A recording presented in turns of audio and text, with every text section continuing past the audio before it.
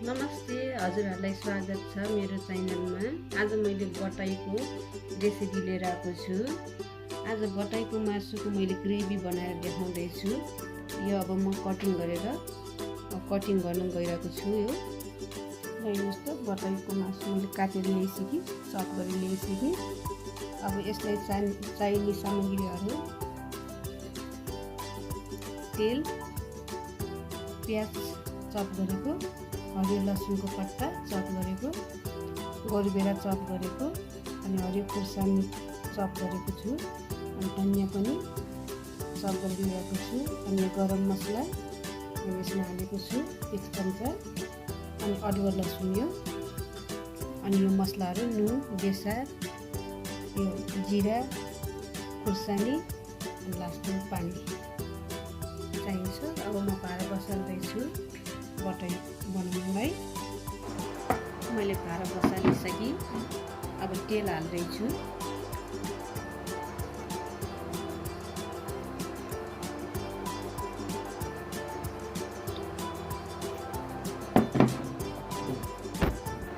हेर्नुहोस् त, तेल पनि तातिसक्यो। अनि मैले प्याज चाहिँ ठिक्कको 2टा काटेर राखेको छु।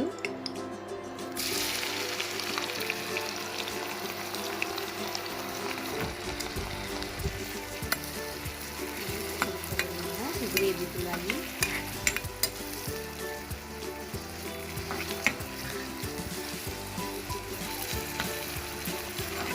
प्याजलाई राख्नु भर्खर खोज्नु होला।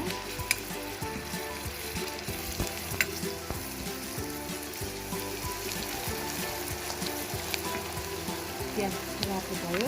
अब यसमा यो मासु खनाइदिनु होला। यो 5वटा बटाई हो, यसमा खनाइदिनु होला।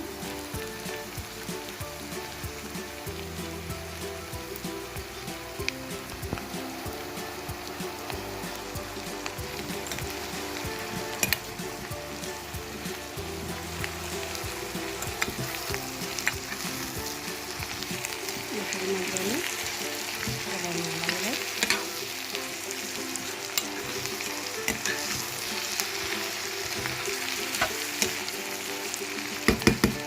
अब 5 मिनट जति यसलाई थपिदिनु होला बिल्कुलै।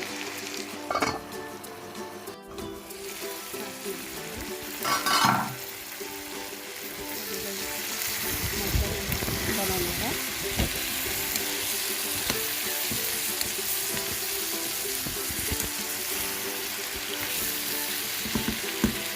यसमा चाहिँ हरियो लसुनको पत्ता पनि हालिदिनु।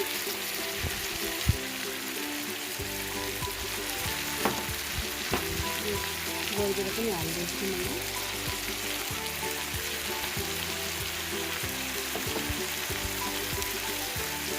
धनियाँ पनि हालिदिन्छु। मजाले चलाइदिनु होला।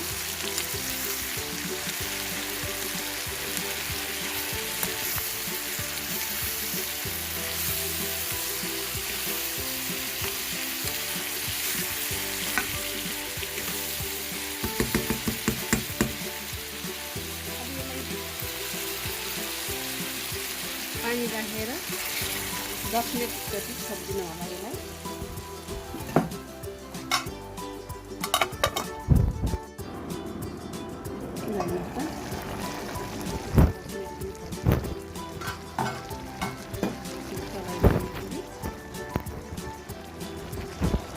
यो हर्दीहरू पनि गलिन्छ, पानी हालेर गऱ्यो भने 10 मिनट मैले राख्दैछु।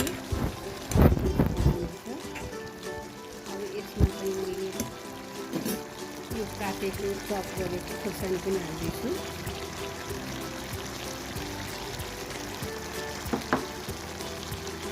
अदुवा लसुन पनि हाल्दैछु।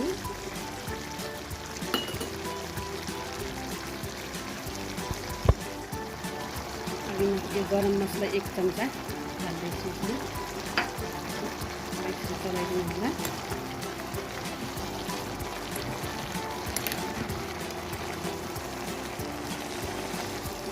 अब यसमा म मसला पनि हाल्दैछु।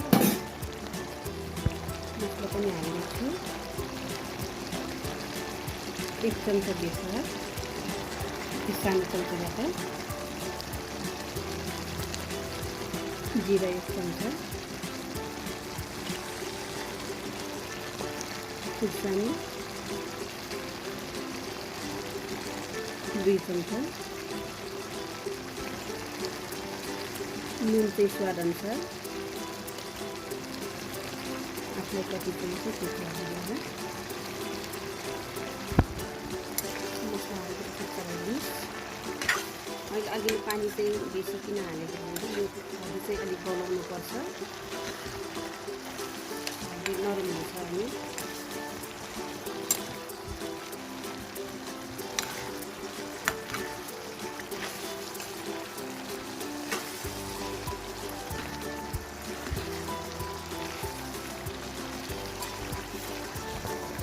फेरि 5 मिनट छोड्दिनु होला। हेरौँ हेर्नुहोस् त पाकिसक्यो। ग्रेभी छ चाहिँ ग्यास अफ गर्दैछु।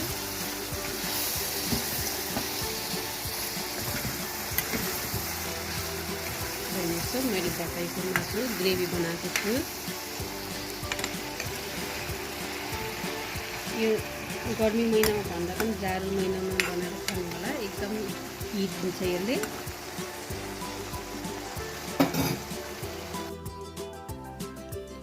हेर्नुहोस् त मैले ग्यासबाट निकालिसकेँ।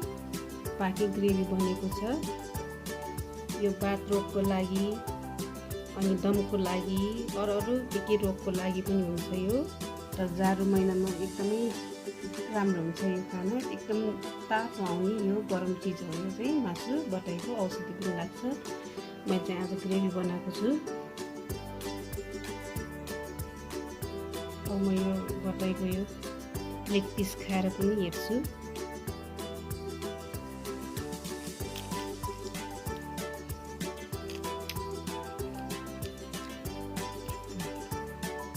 एकदम टेस्टी रहेछ,